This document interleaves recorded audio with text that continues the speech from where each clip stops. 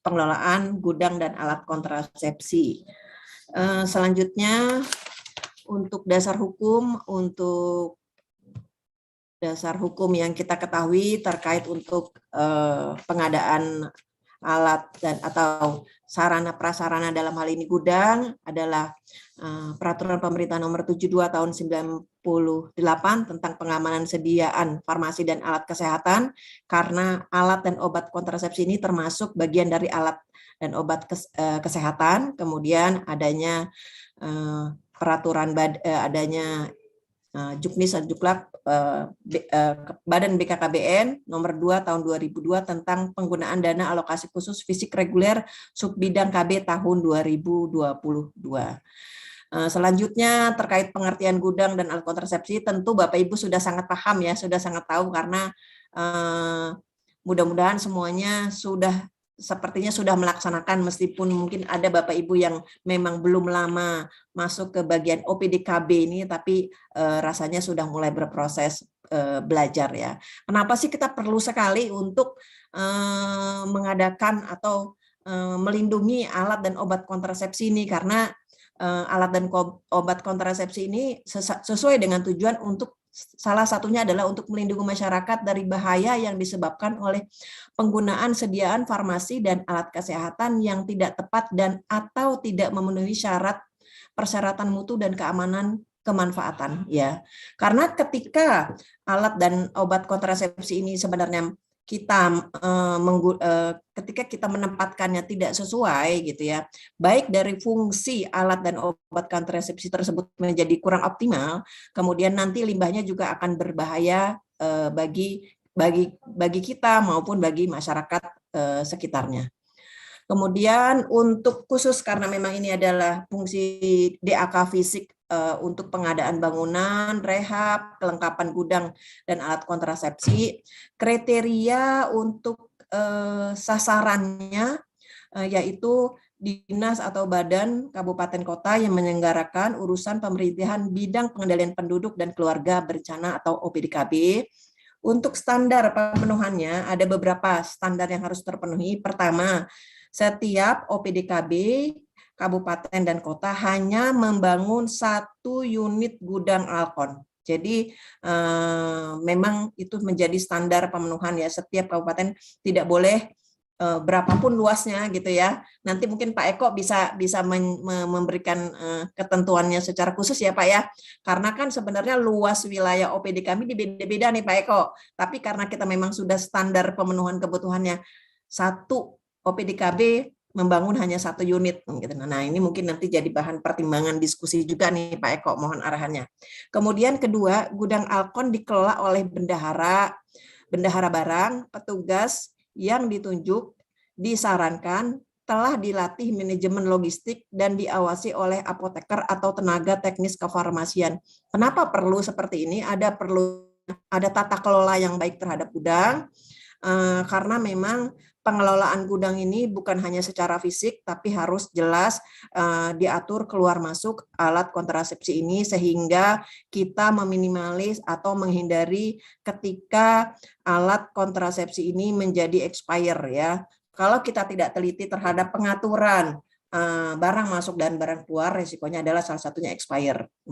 Nah, ini yang memang perlu sekali diperhatikan sesuai dengan petunjuk yang memang sudah ada.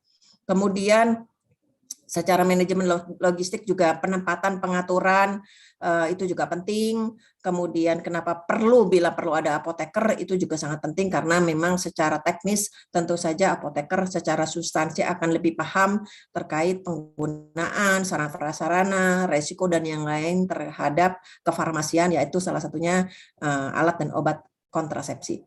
Kemudian selanjutnya untuk standar pemenuhan kebutuhan adalah untuk pembangunan gudang Alkon, spesifikasi teknis diatur dalam peraturan badan. Nah, ini nanti kalau mau secara jelasnya memang tadi Pak Eko, Pak Made juga sudah menyampaikan ada peraturan badan kita di nomor 2 tahun 2022 itu secara spesifik dan teknis bisa dilihat di dalam juknis tersebut. Kemudian kriteria standar selanjutnya adalah alih fungsi gudang Alakon tidak disarankan untuk memanfaatkan bangunan di lantai 2 dan seterusnya. Jadi kalau kalimat ini menyampaikan bahwa mengisyaratkan sebaiknya gudang itu hanya di lantai 1 saja. Kenapa? Karena memang ada resiko-resiko ketika gudang itu mempunyai 2 lantai, tentu saja baik secara secara penataan, kemudian secara tenaga dan yang lain-lain akan menyulitkan ketika gudang lebih dari 1 lantai dengan tidak ada fasilitas, misalnya harus naik turun, itu kan resikonya terlalu berat ya. Kemudian nanti bagaimana menaikkan turunkan, kemudian nanti resiko juga barang-barang penempatan dan yang lain-lain. Kemudian standar kememenuhan kebutuhan selanjutnya adalah apabila diperlukan untuk pengamanan, pendanaan DAK dapat digunakan untuk penambahan pagar, teralis, pintu dan atau jendela ya. Tadi sepertinya memang sudah ada untuk kelengkapan gudang Alkon yang diusulkan dari 81 kabupaten kota, sudah ada 54 kabupaten kota yang sedang proses untuk pemenuhan kelengkapan gudang ya, termasuk tadi teralis, pintu dan yang lain-lain. Selanjutnya Bapak Ibu sekalian, untuk spesifikasi gudang dan alat obat kontrasepsi ini sesuai Juknis nomor 2 tahun 2022 dari BKKBN, luas bangunan itu minimal 7,6 meter atau dengan luasnya 42 meter persegi. Dengan luas sekian, dengan standar sekian, kita harapkan semua penempatan alat dan obat kontrasepsi itu, atau mungkin bisa juga apabila memang dibutuhkan ternyata harus digabung dengan alat dan obat kontrasepsi atau obat-obat lainnya, itu masih memenuhi standar untuk gudang. Kemudian ruangan untuk menyimpan Alkon atau gudang serta sarana penunjang pelayanan kontrasepsi itu untuk standar ruangannya sendiri itu terdiri dari ruangan ada petugas administrasi gudang. Mohon nanti Bapak Ibu sekalian juga memperhatikan hal-hal yang menjadi standar ruangan ya. Karena tentu saja bukan hanya sebagai tempat penyimpanan, kita juga harus bisa secara manajemen itu baik ya. Apalagi mudah-mudahan Bapak Ibu juga aktif menginput atau ketika proses masuk dan proses keluar itu tercatat dengan baik secara manajemen. Jadi kita tidak hanya kepada fisik bangunannya saja, tetapi juga manajemen tata kelolanya. Dalam hal ini BKKBN sebenarnya salah satu untuk pencatatan pelaporannya melalui aplikasi Sirika. Kemudian Bapak Ibu semuanya sudah paham dan tahu ya. Nanti kalau memang belum ada yang misalnya ada yang baru bisa berkoordinasi dengan kami. Kemudian selanjutnya untuk standar ruangan itu harusnya ber-AC untuk tempat penyimpanan suhu rata-rata 15 sampai dengan 25 derajat Celcius ya. Kenapa harus ada suhu ruangan? Karena kita tahu bahwa obat kontrasepsi yang hormonal khususnya seperti pil, suntik dan implan itu membutuhkan suhu ruangan tertentu termasuk kondom. Ketika suhunya sebenarnya lebih dari 25 derajat Celcius itu akan beresiko nanti terhadap efektivitas dari obat tersebut karena ini hormonal. Ini saya membacanya dari sesuai dengan referensi jurnal ya, jurnal dari Pharmacophae Indonesia edisi 6 tahun 2020 dari yang dikeluarkan oleh Kemenkes. Kemudian ada juga tata cara distribusi obat buku tahun 2015 yang dikeluarkan dari Badan POM terkait penempatan kemudian penyimpanan obat dan alat kontrasepsi. Nah, ini berpengaruh sekali ketika secara keseluruhan gudang ini misalnya ada hal-hal yang sebenarnya kurang sesuai gitu ya. Tapi kita tahu bersama karena situasi masing-masing kondisi, masing-masing kabupaten kota tentu saja berbeda, baik sarana prasarana dan peralatannya. Tentu saja paling tidak ada standar-standar yang memang harus terpenuhi. Selanjutnya, ruangan penyimpanan sarana pendukung Alkon berupa BMHP ya, karena memang paket untuk pelaksanaan kegiatan pelayanan KB ada barang medis habis pakai ya, seperti kalau kita pelayanan untuk IUD dan implan. Kemudian harus juga penerangan yang cukup dan kebutuhan toilet ini kebutuhan kita bersama ya, jadi nanti ada hal-hal yang secara umum dan khusus. Kemudian ada alat pengukur suhu kelembapan, karena tadi ya kebutuhan untuk beberapa alat kontrasepsi, obat kontrasepsi, terutama tadi yang untuk implan dan suntik ya. Kemudian harus disediakan kalau kan kita bisa mengajukan ya Bapak Ibu ya di 3 menu tadi ya. Ada untuk pemeliharaan dalam rangka pencegahan kerusakan alat gitu ya. Kemudian kalau memang tidak bisa diajukan, diharapkan bisa bekerja sama dapat diajukan melalui anggaran APBD setempat gitu. Tapi kalau bisa memang tadi ada upaya-upaya di 3 menu yang terakhir adalah untuk kelengkapan gudang, monggo silakan apabila itu memang menjadi kebutuhan dan tersedia menunya di dalam, salah satunya adalah kelengkapan gudang Alkonnya. Kemudian ini bila diperlukan atau mungkin anggarannya memenuhi gitu ya, ruangan penyimpanan dilengkapi atap perendam panas. Ini juga salah satunya fungsinya adalah untuk apabila wilayah-wilayah tertentu yang memang suhunya di wilayah itu sangat panas, selain AC juga memang membutuhkan ini dan anggarannya tersedia gitu ya. Monggo dipersilahkan. Sebagai spesifikasi gudang dan alat kontrasepsi.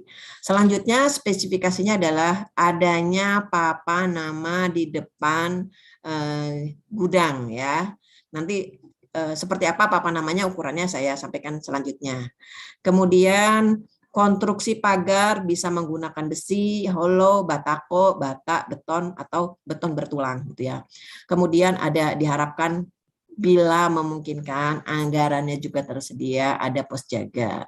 Kemudian spesifikasi teknis furniture dan peralatan lainnya tadi seperti Pak Made sampaikan gitu ya. Jadi memang harus menyesuaikan dari keluasnya bangunan, harus menyesuaikan kebutuhan dari untuk suatu ruangan gitu ya. Kalau kita memang hanya gudang, sebenarnya spesifik apa sih untuk furniture yang dibutuhkan gitu, tentu akan beda dengan untuk ruang tamu, kemudian untuk ruang rapat tentu akan beda ya, karena ini hanya sederhana saja.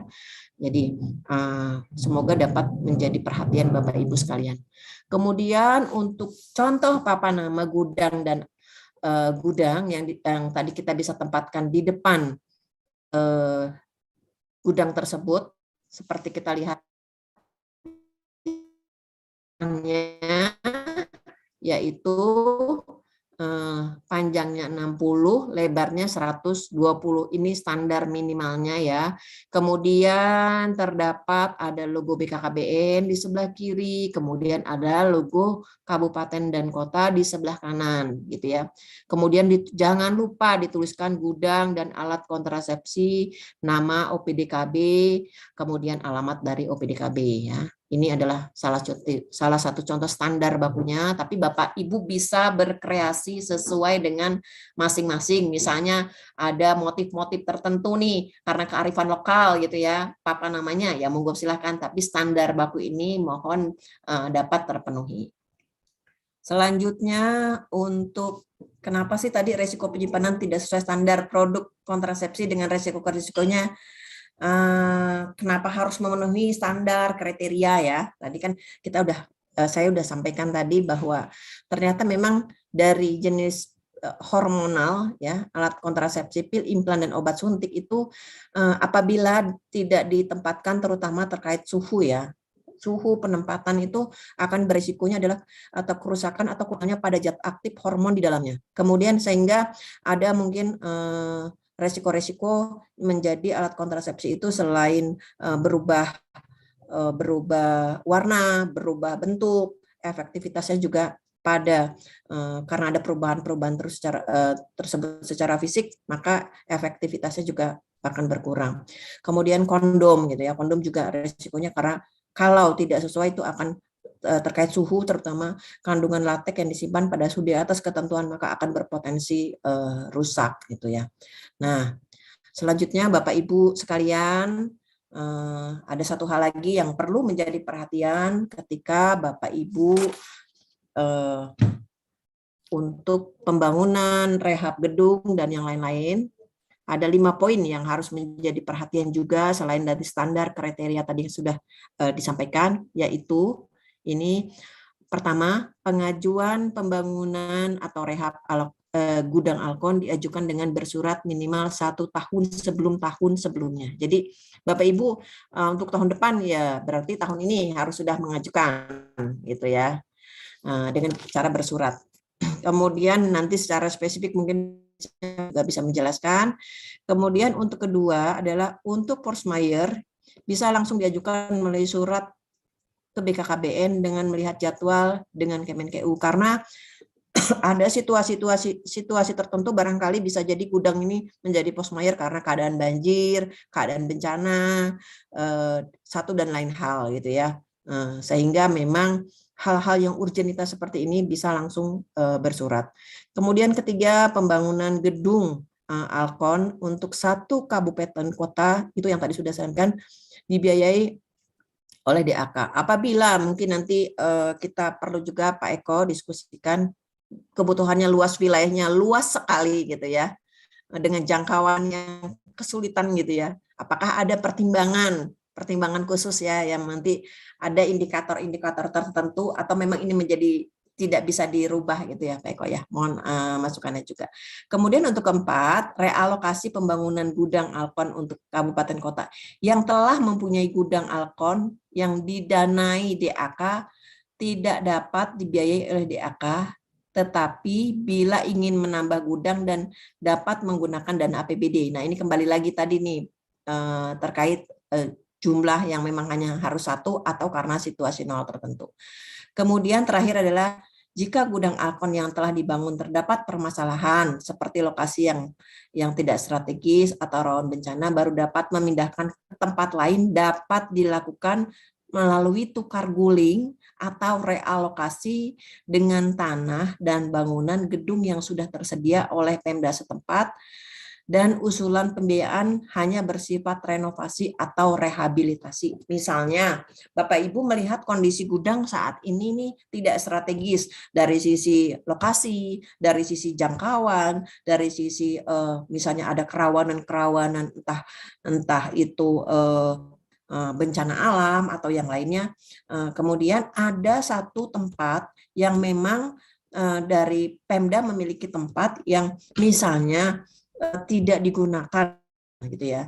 Nah, itu kita boleh menggunakan merealokasi, memindahkan gedung sumber DAK tadi ke gedung baru, realokasi, dan kita boleh mengajukan realokasi ya tadi seperti karena ada 3 menu itu kita boleh mengajukan untuk rehab ya, alih fungsi gudang itu boleh kita ajukan gitu ya untuk rehabilitasinya, rehabnya ya. Ini berarti hanya pada kasus-kasus tertentu saja. Demikian Pak